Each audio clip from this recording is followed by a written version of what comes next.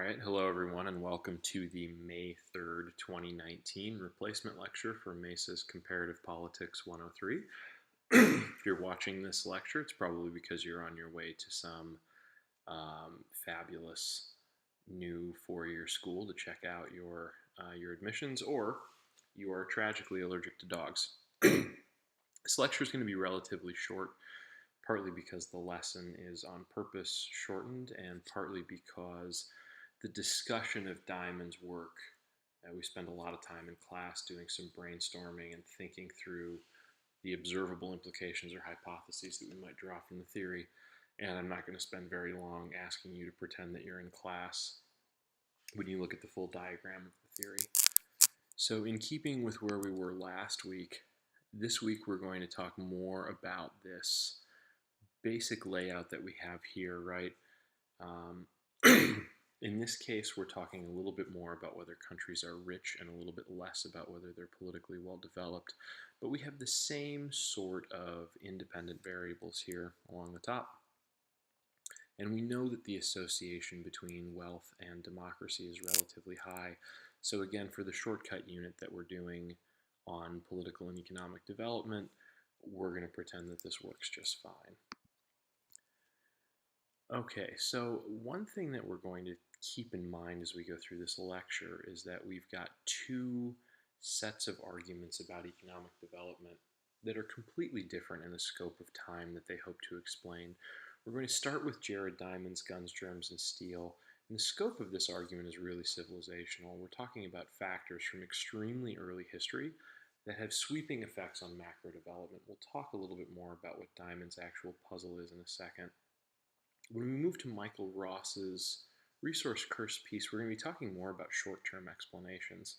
We're thinking about how countries in the modern era change and develop economically on a year-to-year or decade-to-decade basis. And so we're going to be talking a lot more about how individual policymakers or individual participants in the economy react to local changes. Okay, so we'll start with Guns, Germs, and Steel by Jared Diamond. Puzzle here, interesting puzzle. Why did human development proceed at such different paces around the world, right? One thing that Diamond notes is that there are very similar climates all over the world that developed technologies like steel or guns, or developed immunity to diseases, developed complicated societies at very, very different rates. Second, why is it that Europeans came to dominate the world, right? When we think about the broad sweep of history and human development, one of the things that it's hard to miss is that the Europeans spread out across the globe and colonized quite a number of places, right? The story of Pizarro and the Incas that the reading leads off with is interesting in this regard, right? Pizarro shows up with several hundred troops and they knock over one of the greatest societies in Mesoamerica, and they do it partly because they have better technology in terms of the guns and the steel. They have horses, which at this point are not known at all in the Americas. They also have diseases that do a pretty good job of felling most of their enemies for them. So how is it that the Europeans of all people came to, I guess for lack of a better term, enjoy this sort of technological advantage? Diamond's lit review is really quite short. There are only a couple of alternative explanations or explanations that he considers to be plausible that he wants to dispense with over the course of his book. The first one is essentially racism, right? For many, many years, not so much in the modern era, thankfully, but for many, many years, we've considered that there are just some kinds of people that are really dumb. Some people from some places of certain ethnicities or certain races that can't figure out how to engage in sustainable agriculture, that can't figure out how to make technological advancements or to govern more complicated societies. So what does Diamond say about this idea? Why does he reject the sense that racism might explain differential rates of civilizational development? Well, first, We have lots of psychological and educational studies of innate abilities, IQ tests, problem solving tests, these sorts of things. And in the vast majority of cases, when we control for confounding factors like education or wealth, we find that race is not a great predictor of innate ability. The second, Diamond has spent a lot of time living in Papua New Guinea and working there as a geographer and ecologist. And the Papuans live in some of the most technologically backward societies that exist. But Diamond has a whole quiver full of anecdotes about how well the Papuans have developed or adapted to their particular environment, how observant they are, how creative they are in terms of solving problems. And so he makes the argument that it can't really be some sort of lack of intelligence or savvy or some related concept that explains why Papuans live, um, in relatively dark times in terms of their historical development. A second potential explanation is the climate, right? We see this from time to time. People who live in hot places or places with great climate are lazy. The place where they live provides them with such abundance that they don't really think about engaging in systemic agriculture. They don't really think about developing technology to help them survive because they just don't need it, right? And also we think that hot places are prone to disease, and so maybe part of the problem that these civilizations have had in gaining sort of broad macro historical traction for development is because people die so young from diseases, it's hard to develop and deploy human capital in these places. Diamond argues that this question is actually framed wrong in a lot of ways, right? Food production wasn't invented, it was discovered. People scattered seeds accidentally through their feces, through waste as they ate, these sorts of things. And they found when they returned to places where they were gathering wild food, the places in which they had settled before, in which these seeds were scattered, had grown, new food crops, right? And so they sort of stumbled backwards into noticing that you could domesticate certain food crops or domesticate certain animals. And so Diamond argues that the accident of being near this discovery is really a big part of the explanation in terms of why some civilizations advanced quickly and others didn't. So here's Diamond's theory, and again, this is sort of the part in class where I'd take my markers to the board and try and write this out relatively slowly, ask people to induct what Diamond is talking about, and then tease out some hypotheses, but I'll just give it to you because it's here, right? We start up here at the sort of top, the earliest factors that are available to us in explaining differences in historical development, and then we move down to these more proximate factors, the things that are most closely related to where we are today. So Diamond argues that one of the most important factors in explaining development is that you have to be on a chunk of land that has an east-west axis that is relatively easily traversed by humans, right? The argument here is that the climate similarity on an east-west axis makes it easy for species to spread, including humans, right? So if we have a technology that gets invented in a place that's relatively isolated, you have to move north or south in order to find other human settlements, that technological advancement is relatively unlikely to spread because the humans that would transmit that technology as they move north or south are going to be prone to catching different diseases. They're going to find themselves in agricultural land where they don't understand the technologies required to grow or sustain agriculture.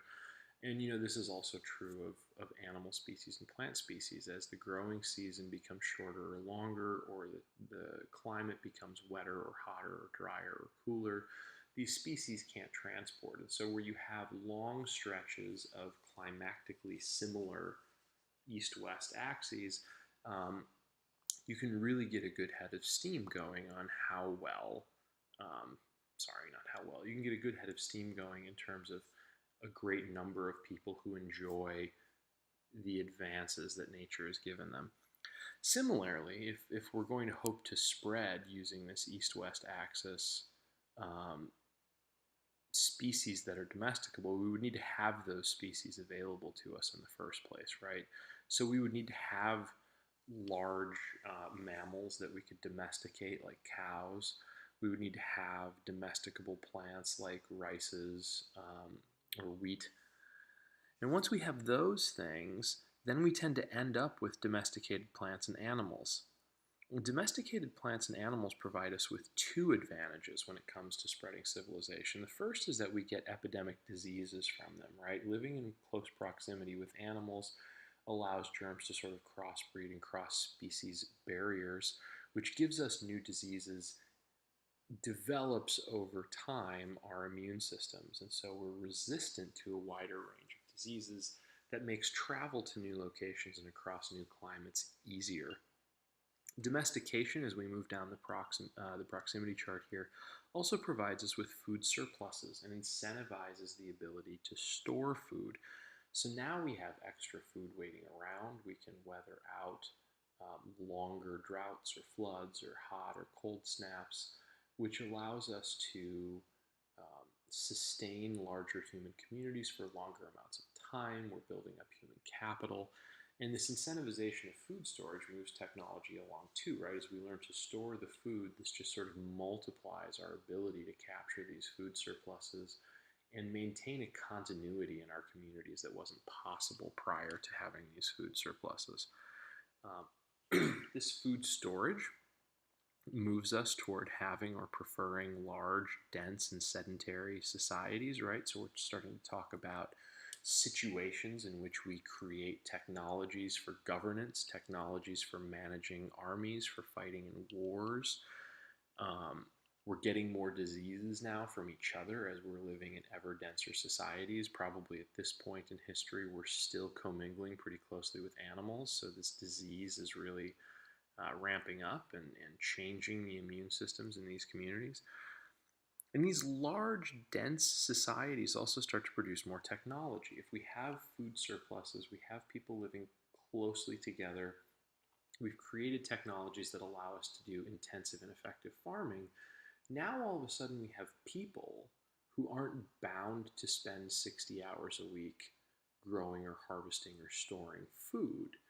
We have people who can specialize, who can learn to do things other than farm, which creates sort of this feedback loop you see here in terms of technology. And because of this feedback loop in technology, we're more likely to create the kinds of technologies that allow us to go out and colonize, like ocean-going ships or like guns and steel and swords and these sorts of things, right?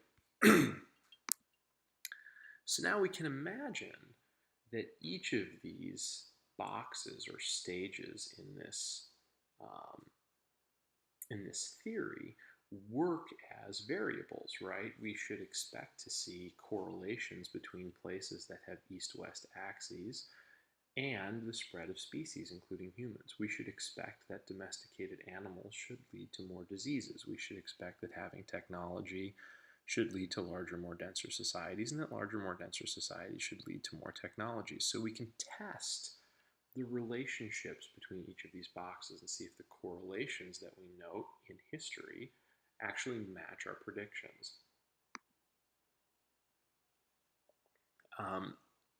One thing, I guess this is actually still part of the theory here, is the force multiplier that Diamond believes domesticated animals provide. We get a lot of calories from animals. Meat is denser. Part of the reason we started eating meat is that it's denser calories, especially when you cook it.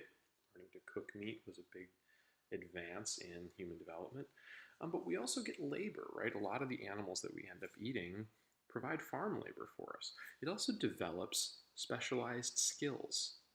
Animal husbandry requires new technologies. It introduces the concept of specialization into societies. It also gives you things you can sell, right? When you have cheese and milk and different types of meat and you have breeding stock for all of these animals, you're creating incentives for people to learn numeracy. How do you count? How do you multiply? How do you bookkeep? For Diamond, it's really this growth in being able to sell animals and animal products that helps incentivize the idea that we should learn math, that we should learn to read and write, that we should learn to notate these sales in some way. So these domestic animals really provide everything. And in places where there are no domesticable animals, this incentive to read and write and do math either never arises or is less likely to arise or is less likely to be compelling to a wide group of people.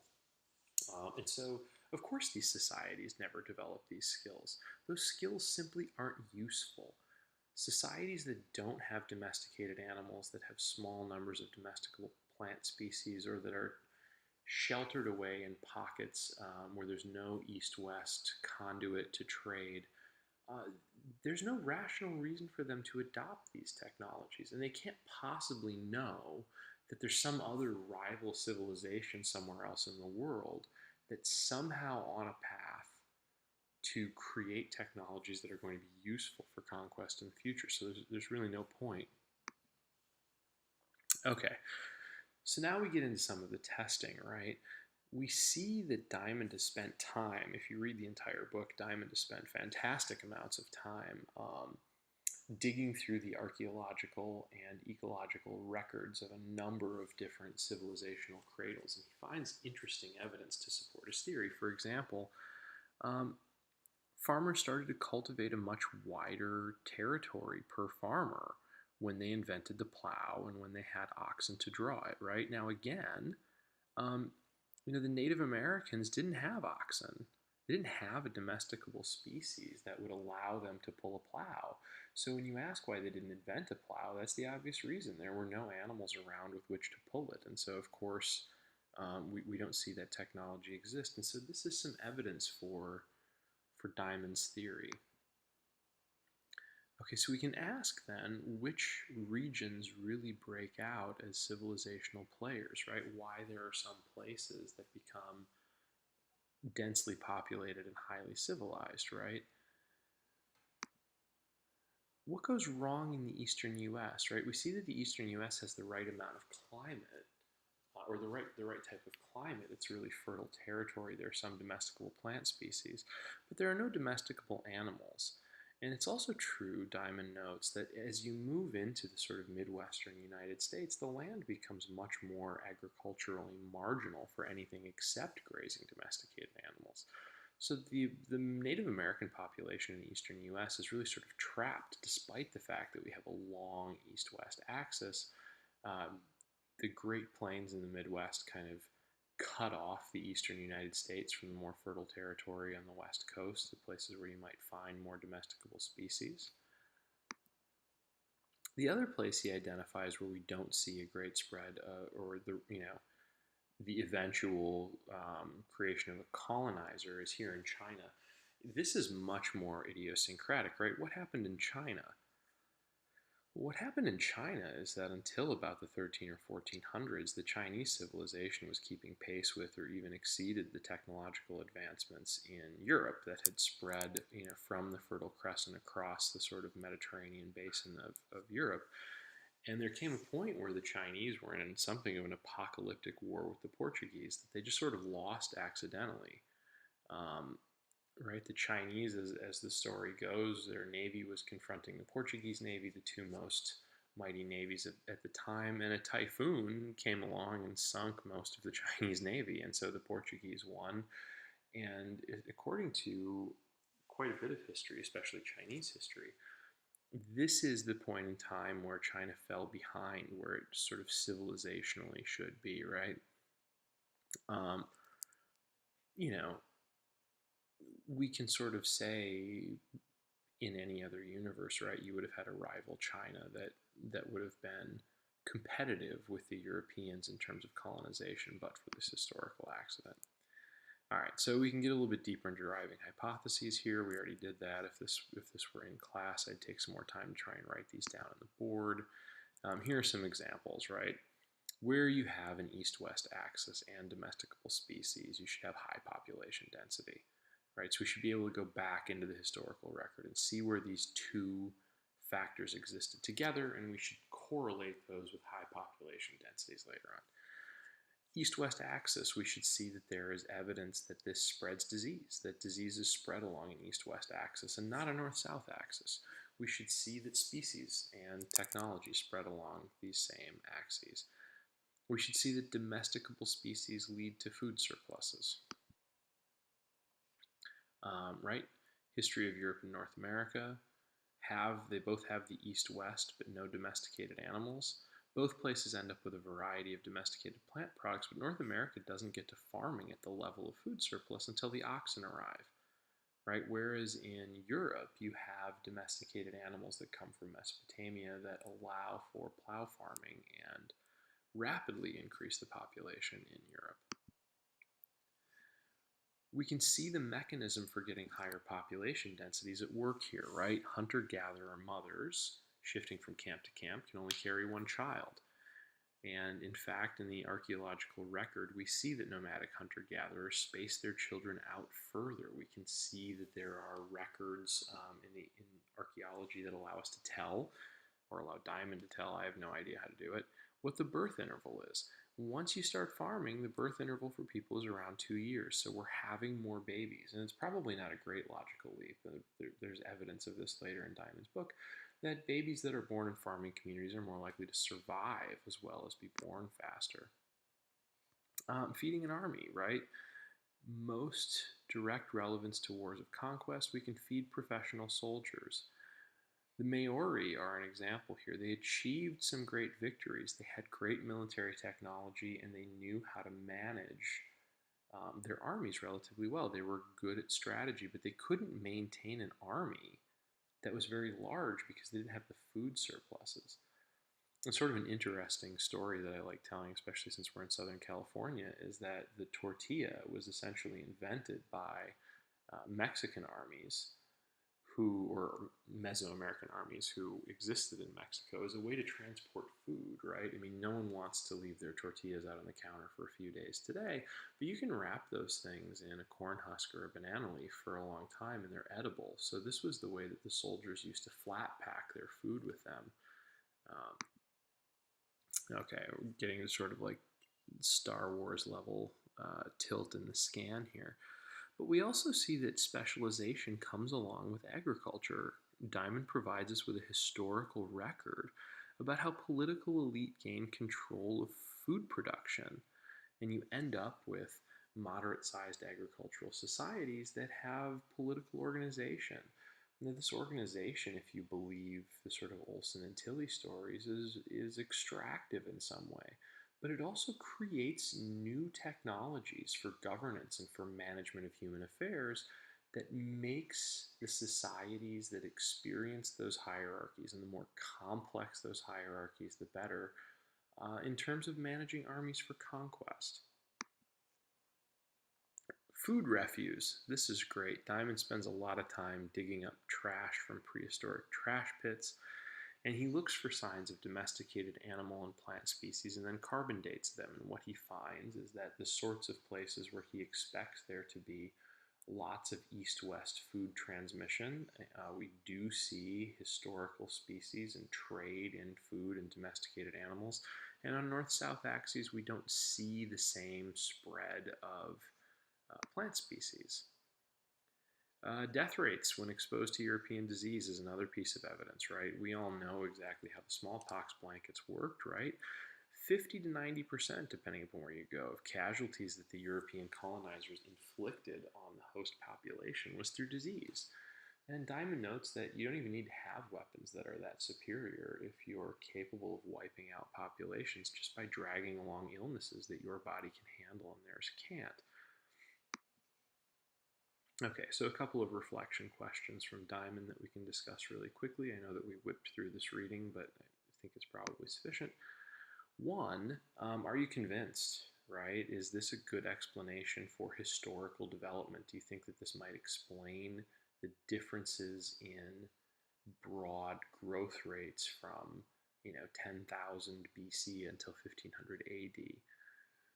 There are very few cases here, too. This is another thing that might worry you, and you find that actually some of the places that we might expect there to be explosive human growth, like the eastern United States or the Chinese, like southern China, don't work out the way that Diamond predicts. And he sort of hand waves those cases away by arguing that there are special reasons to think that those those civilizations didn't develop. And then second, you can start to think about whether you might integrate Diamond's theory into an understanding of what we discussed last week for Putnam, right? Does Putnam's social capital explanation necessarily have to be in some sort of contradiction to Diamond's theory here? Okay. Political Economy of the Resource Curse by Michael Ross. We're switching from this macro historical perspective to now thinking about the extent to which finding natural resources changes over the course of years or decades the political or economic development fortunes of a particular country. So Ross's puzzle. How do natural resources affect the economic performance of the states that have them? What do you think, right? Well, it's important to know the answer to this question, Diamond argues, because lots of countries export tons of natural resources, and there's a logic by which we might expect natural resources to be good, right? Developing states will have surplus labor and low capital, but these exports, like having the exports, provides them capital. You can sell off the exports and you have tax revenue, you have income streams for your people, takes up some of your surplus labor and exchanges it for capital. Developing states also have crappy public services and exports can pay for them. So the first question you need to ask, I suppose, is whether or not there's a curse to explain in the first place. The fact that there is a resource curse suggests to you that there's something wrong with this logic. So is there a resource curse? What should we measure and what should we expect to find? Well, what we should expect to find very broadly is that the presence of natural resources are associated or correlated with lower levels of development. And in fact, that's what we do find. These different color highlights show you different research designs that dig into this question. The blue shows a difference in difference study.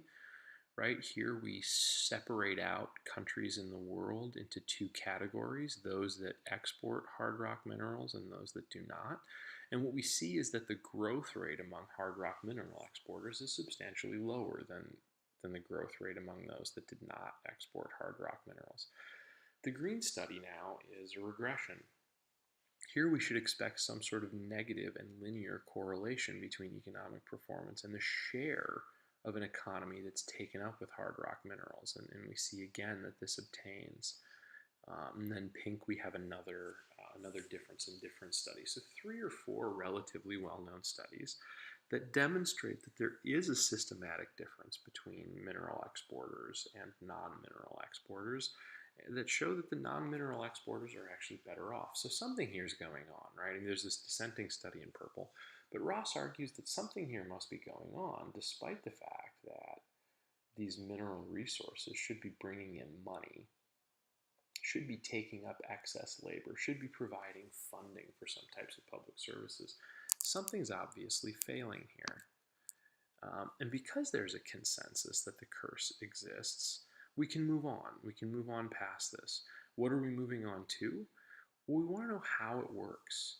What are the reasons? What are the market failures that lead to, or the coordination failures that lead to a negative association between resources and wealth? Knowing how the resource curse works is important because it changes the policy recommendations. If we don't know the mechanism by which these minerals worsen a country's economic development, then we can't create policies that change them.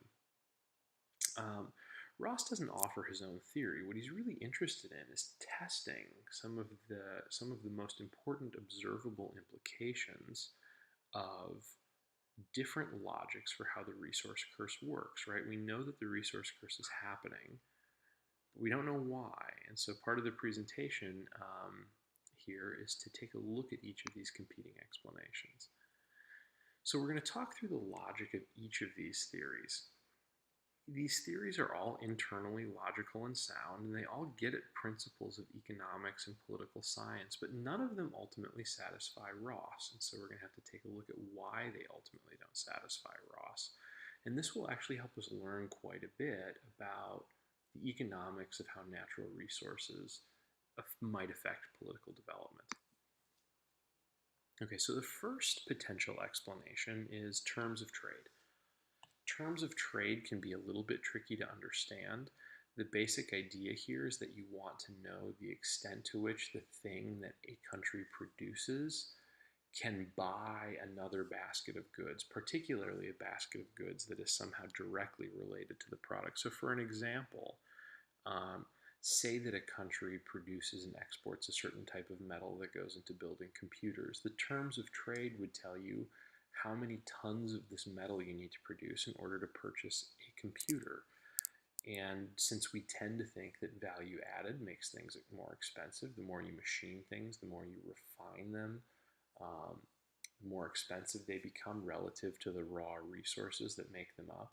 Maybe the problem is that if you mine and export primary commodities as the main engine of your economic growth, what's happening, the reason that your country is poor is that you can't buy as much of the finished product for what you sell the raw material for, right? And so you're not capable of staying up to date on terms of trade.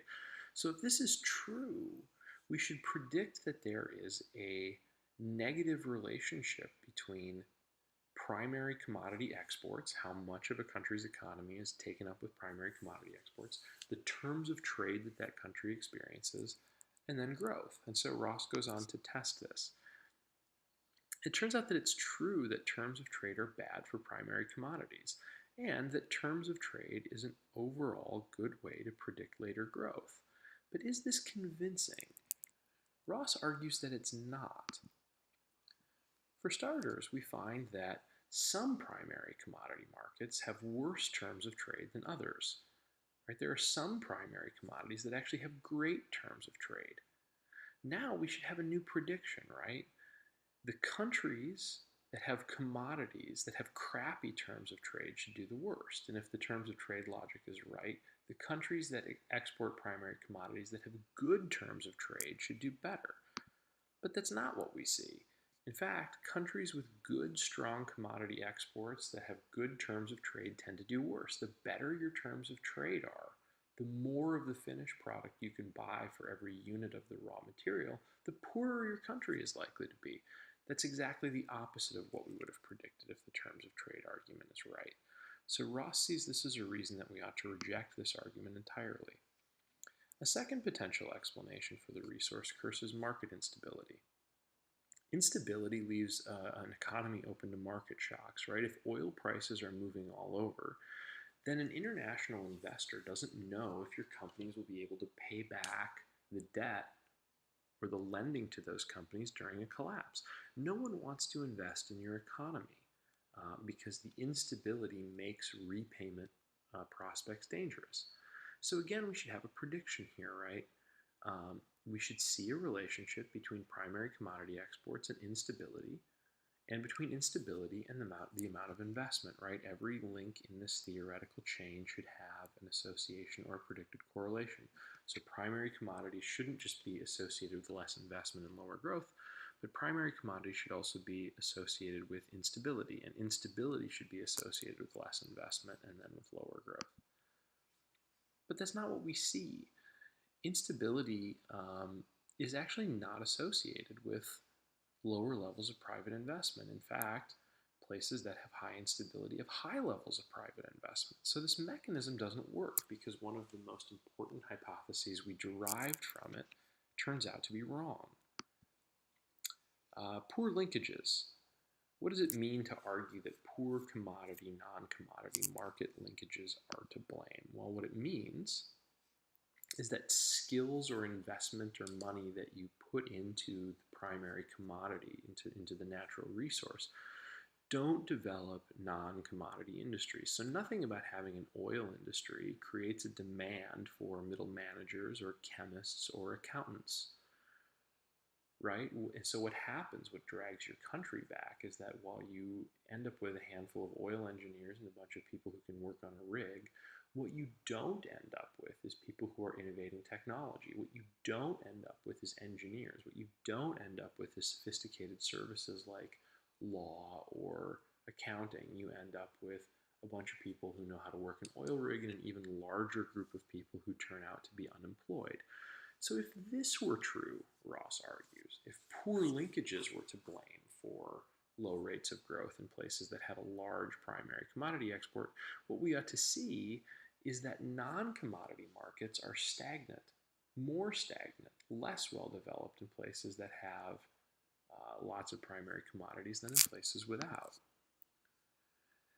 In fact, what we find is that commodity exports have no effect on the performance of non-export sectors. If we divide the countries of the world into two groups, those that export lots of commodities and those that do not, what we find is that places that export lots of commodities aren't any different in terms of the development in their non-commodity sector. Notice what's highlighted in green here as well, right? Even if this were true, even if it were true that commodity exports generated a lot of income for the commodity sector but failed to create demand for non-commodity markets, the government should be able to fix this.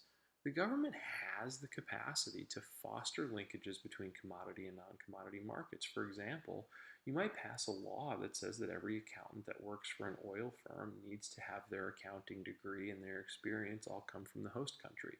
Lawyers that are employed by a gas firm need to have need to get their legal degree in the host country, need to be natives of the host country. But if governments aren't doing this, then the problem might not be that there's poor linkages, but that there's poor governance. And we'll come back to this later. Okay, another potential explanation for why commodity markets harm economic growth is Dutch disease. Dutch disease is a thing you hear about a lot in econ and political science classes, but it's poorly understood, so let's take a minute here. The basic idea is that the commodity industry crowds out other industries, so the country is vulnerable to a shock. How does crowding out work?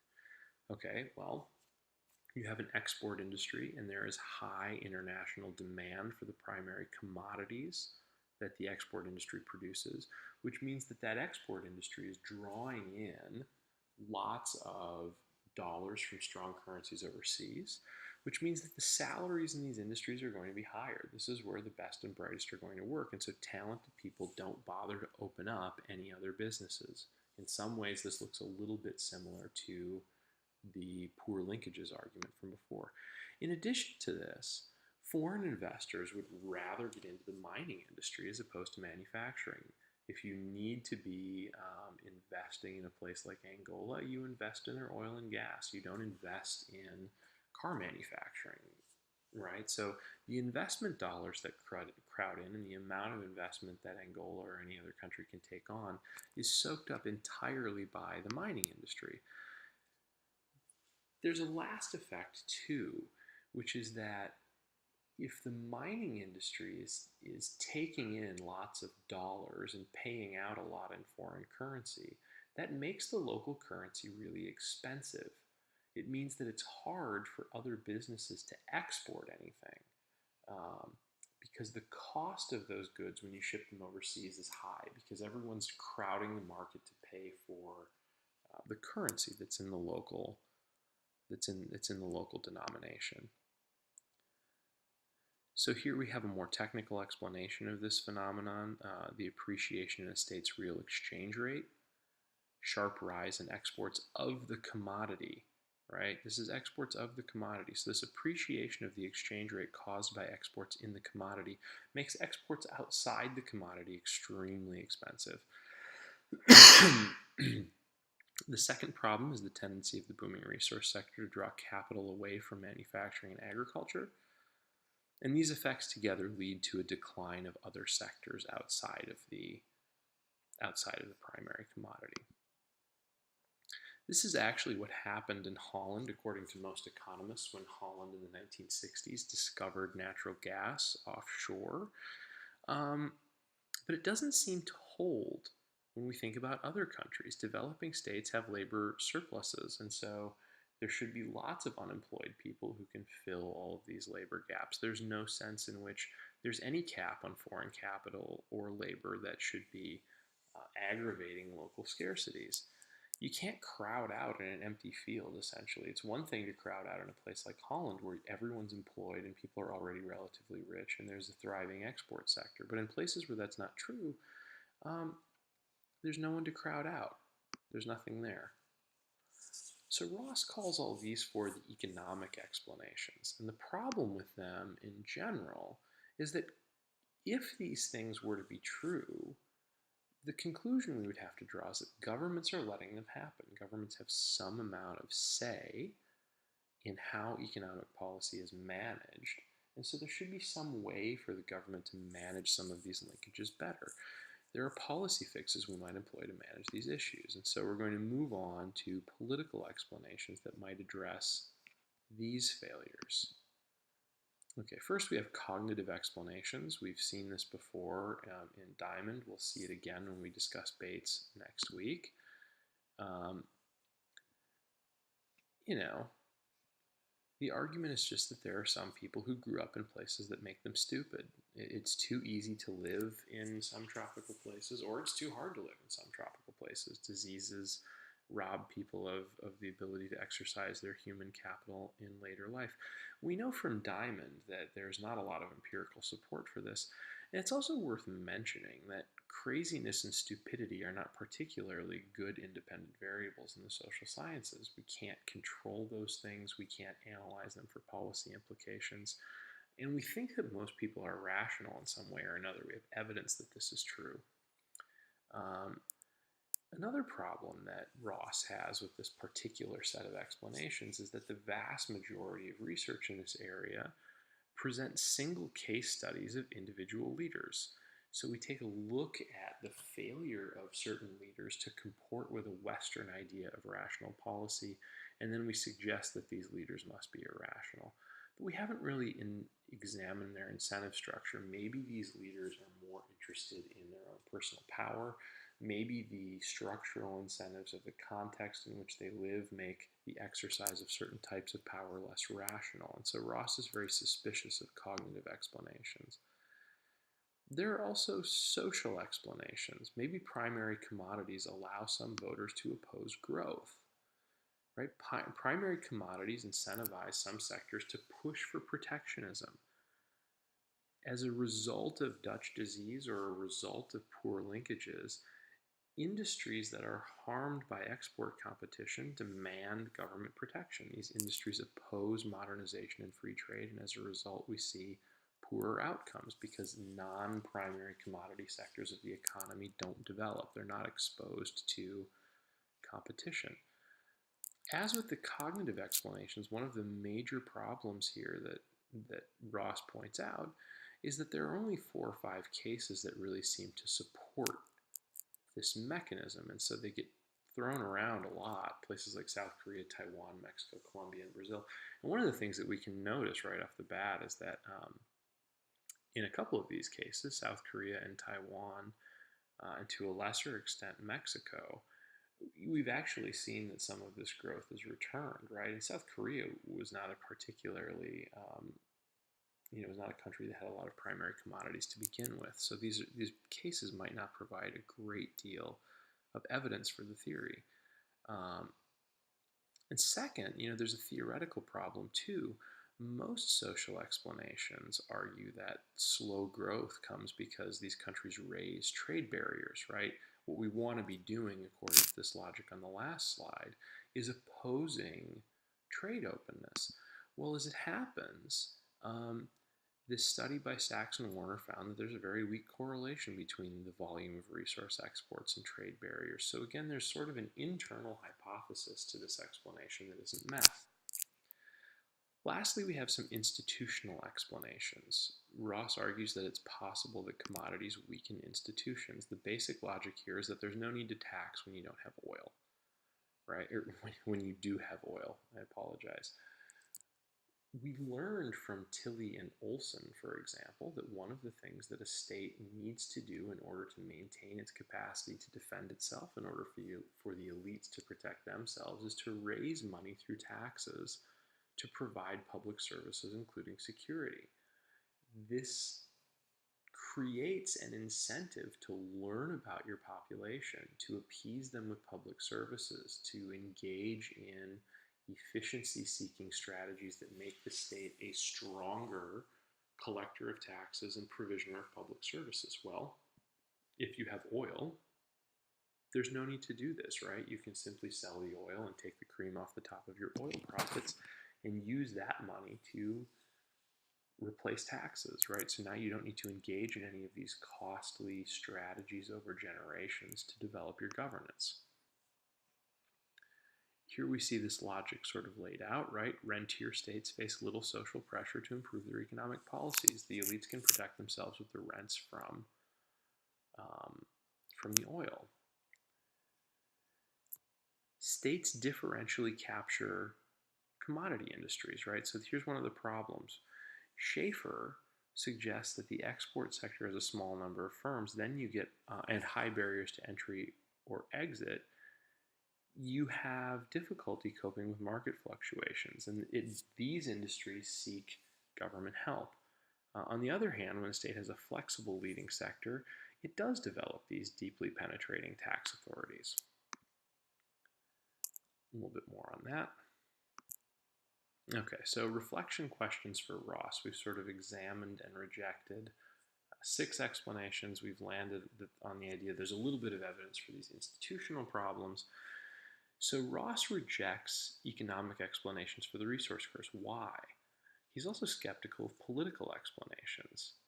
This should tell you a little bit of something about the difference between economics and political science. And then thinking ahead to next week, how do Achimoglu and Robinson explain the resource curse? They have a very different way to explain why countries with primary commodities do worse, and it has to do more with institutions and less than just the accident of geography. So they're actually going to lend some evidence to this last question that Ross brings up. Okay, that is all for this week. Please feel free to email me any questions.